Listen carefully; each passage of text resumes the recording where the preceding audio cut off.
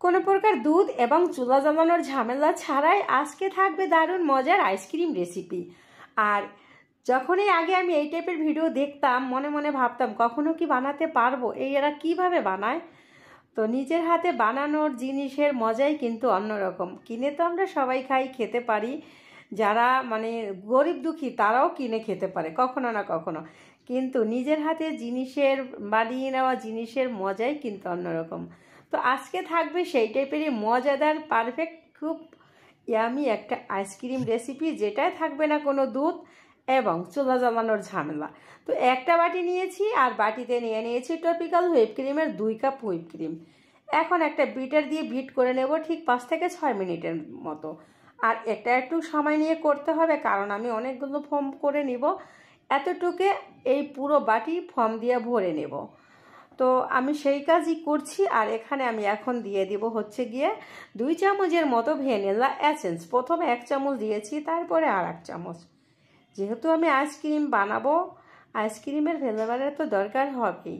এখানে আমি একটা কনডেন্স মিল্কের 3 ভাগের 2 ভাগ দিয়ে দিচ্ছি, আর কোনো উপকরণ না।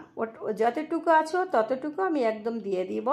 2টা উপকরণে আমি পারফেক্ট মজাদার একটা আইসক্রিম আজকে বানিয়ে নেব। পুরো পরিবার খুশি, তো আমিও খুশি। আর এই আইসক্রিমটা পেয়ে পুরো পরিবার অবাক হয়ে গেছে, মাত্র 2টা উপকরণে এত মজার আইসক্রিম হতে পারে।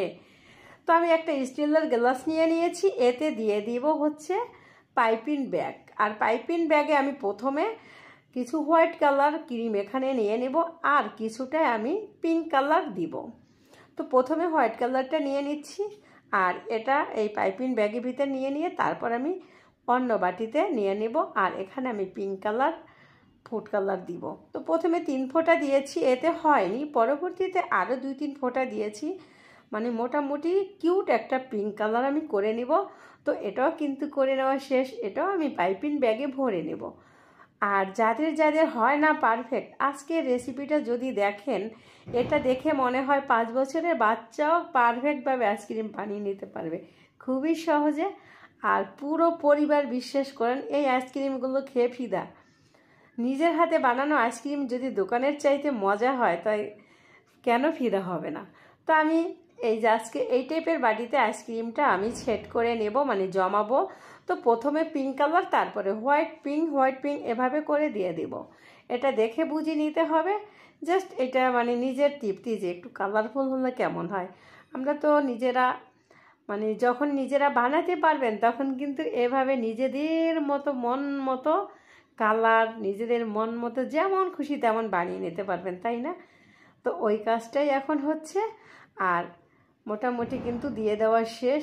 এখন একদম সুন্দর করে সেট করে দিয়ে আমি 10 মিনিটের মতো ডিপ ফ্রিজে রেখে এই ক্রিমটাকে সেট করে নিব। তারপরে একটা র্যাপিং পেপার দিয়ে র্যাপ করে নিয়ে সারা রাত আমি ডিপ ফ্রিজে রেখে দিয়েছি।